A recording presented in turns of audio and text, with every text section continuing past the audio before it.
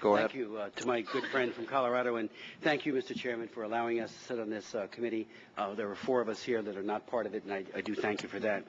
Mr. Chairman, while it is probably true that many, perhaps most, of the BRAC recommendations years to date have refocused, synergistically enhanced, and led to positive military outcomes, i.e. the joint base in New Jersey, the impending closure of Fort Monmouth represents an egregious exception that unnecessarily puts the warfighter at risk. Because of a near-certain loss of over 3,000 highly skilled, highly motivated, extraordinarily talented men and women, 70% of the fort's workforce will not move. It will take several years to replicate in Aberdeen what is currently a world-class facility. Mr. Chairman, we're at war. We don't have years. Gaps put lives at risk.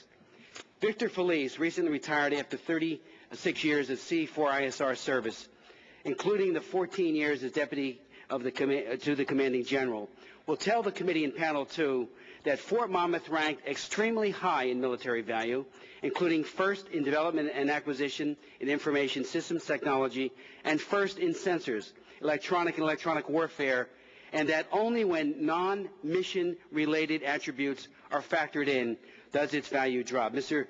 Secretary Groney will justified just a few moments ago that military value was the primary consideration in making closures and realignment recommendation. So my first question to Secretary Groney would to explain this contradiction. In areas where it really matters, high military value, 1, 1, 1, then 3. When non-mission related attributes are factored in, it drops. So if that was the criteria, why did, again, Fort Monmouth be put on the closure list? Secretary Groney also testified that COBRA was not designed to, nor does it produce, budgetary quality estimates. Why not? Why not a better look at what the real costs are? Chairman Ortiz, you talked about the process being tainted and flawed. Nowhere is that more apparent than in that underaccounting. Systematically underestimating costs, GAO puts Fort Monmouth closure at $680 million more than advertised, raises concerns among many of us that selected estimates were used to achieve a desired outcome.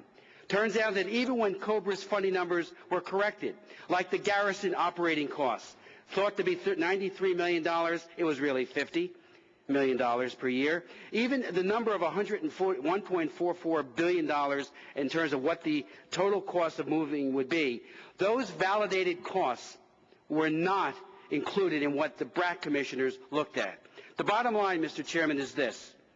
In an unprecedented act, the BRAC Commission itself seemed troubled enough to caveat this and only this decision with unprecedented conditionality by requiring a DoD report verifying that the move to Aberdeen will be accomplished without a disruption of their support to the global war on terror, that redundant capabilities be put in place to mitigate potential degradation of such support, and to ensure maximum retention of critical workforce. We argue, our delegation, that this simply cannot be done, and we believe that the numbers and the rationale that we have offered throughout this process proves it. I would ask, Mr. Chairman, respectfully, that there be a follow-up hearing. You did say this was the first hearing, perhaps in January, to carefully review that report, which DoD will submit at the end of this month, to scrutinize the business plan to ensure that each concern is thoroughly addressed. Too much is at stake. Too many Americans, too many coalition soldiers, sailors, airmen, and Marines may be put in serious jeopardy if we don't get this right. Specifically, in addition to the military value question, Mr. Groney, I would ask, 30% retention of critical workforce is the anticipated number. 70% loss, 3,100 employees. Does that, in your opinion, satisfy BRAC Commission's concern of maximum retention of critical workforce? And does this loss of difficult-to-replace intellectual capacity and capital pose any risk whatsoever to the warfighter? Vic Felice calls this irreparable and irresponsible. He says there will be very few employees left to train those folks in Aberdeen who may get these jobs. Who's going to do the training if that wealth of knowledge has been lost? We're very concerned about this, and on jointness, there is already jointness with what is now the joint base in New Jersey, And I think that was missed, and that is a serious oversight. But if you could speak to those issues, I'd deeply appreciate it. Thank you. Let's give time now to the Secretary